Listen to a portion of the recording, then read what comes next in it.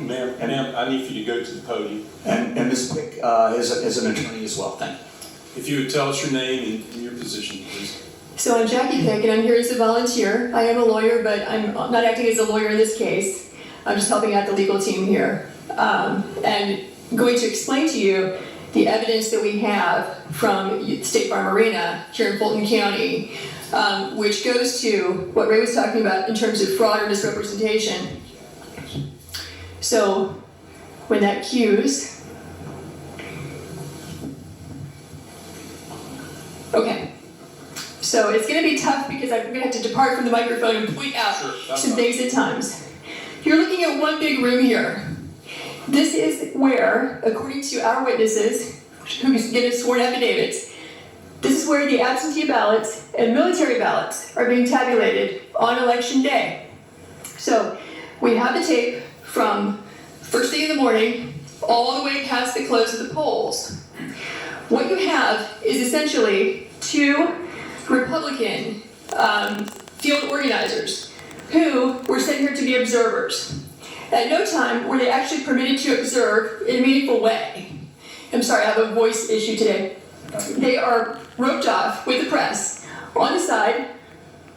If I can show you. Yes. Right here. Okay.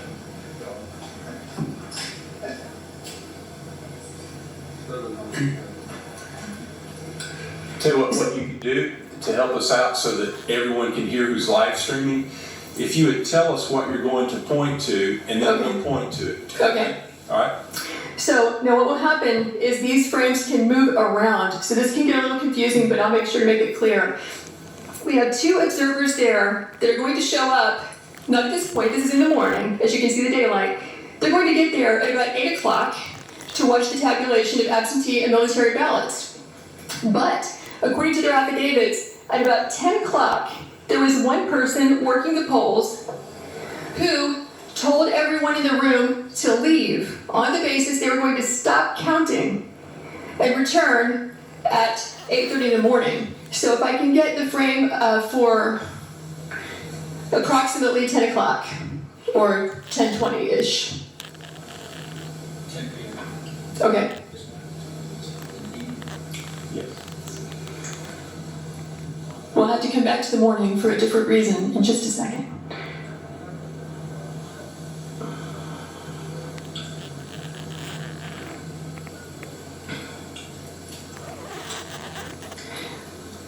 Okay, so you can see what time it is.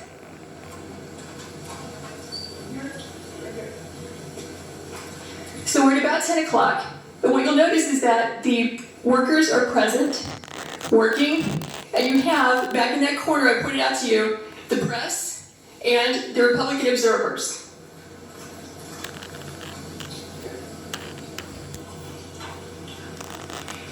So according to the witnesses, the Republican observers, there is a lady who has blonde braids who comes out to announce we're going to stop counting. Everyone go home. And in fact, we see that.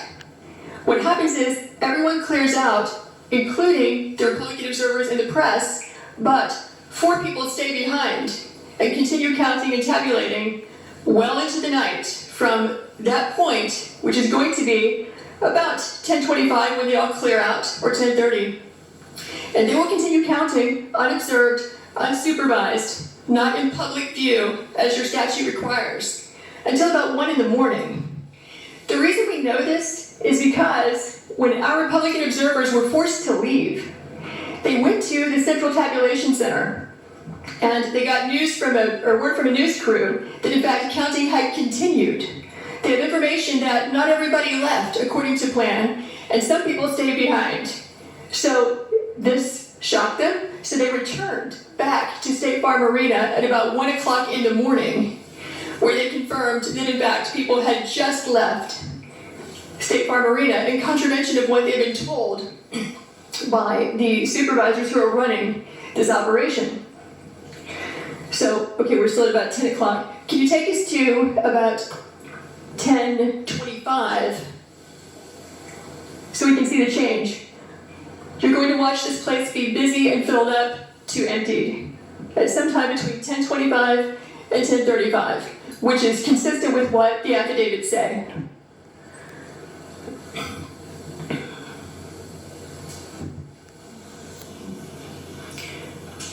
Okay, so 10:25, they're still there. Let's go to 10:35.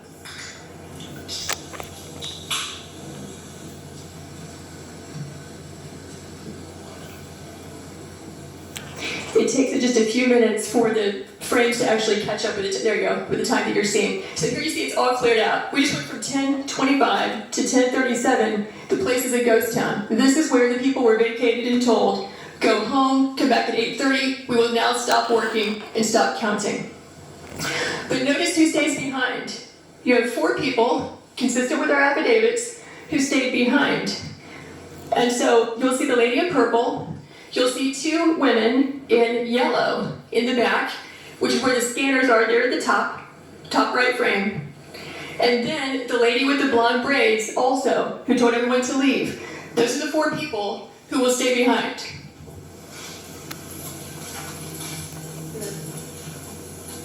Those 2. Okay. Observer's still there. So the Republican observers said they were the last people to leave State Farm Arena, along with the Fox News crew, accepting those 4 people.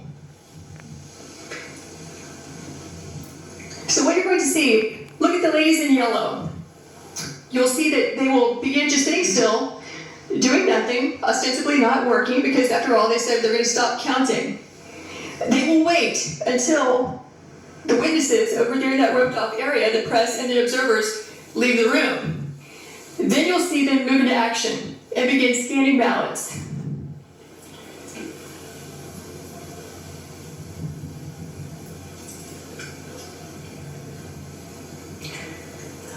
Okay, so I think what we can do now is fast forward to about 11. Do you see them?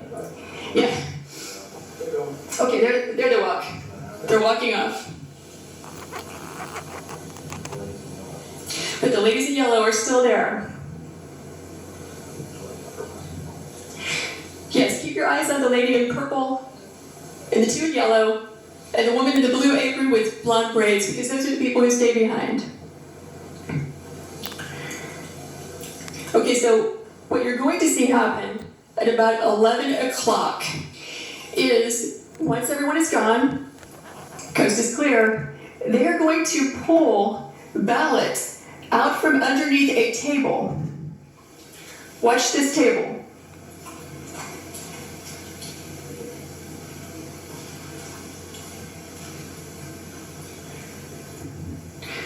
So actually this will take a few minutes, but we did not know when we first watched this, okay, is it normal to store suitcases of ballots under a tablecloth? Is that how they run the place? Maybe this is what they've been doing all day. Maybe this is what they're doing under all the tables. So we went back and watched the video. It was a team of us.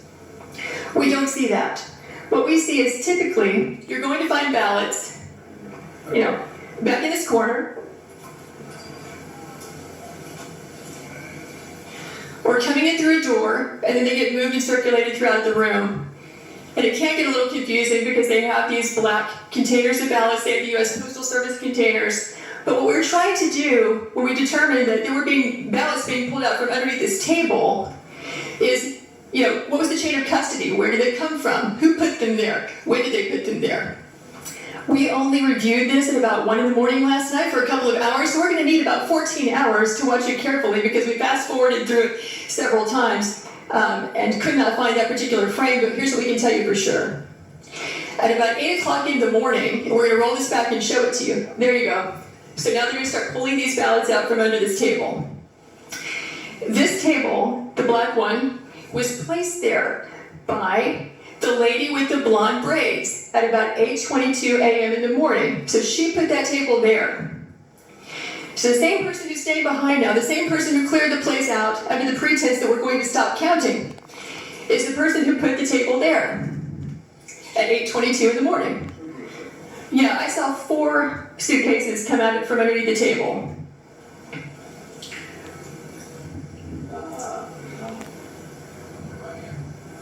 Yeah, upper right hand, you see the gentleman in the red.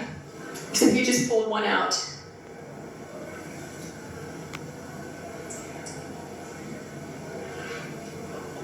So what are these ballots doing there, separate from all the other ballots? And why are they only counting them whenever the place is cleared out with no witnesses? Is the question. So these machines can process about 3,000 ballots an hour. You have multiple machines there, and they're there for 2 hours. So you do the math.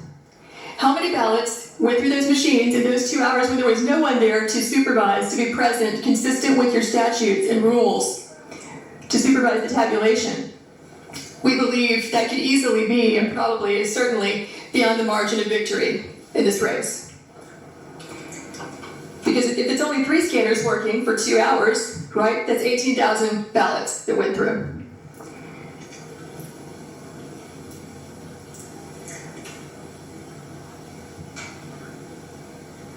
So we're now at 11:09. There were, in addition to the 4 workers that you see there were 2 other people who were bringing ballots in and out.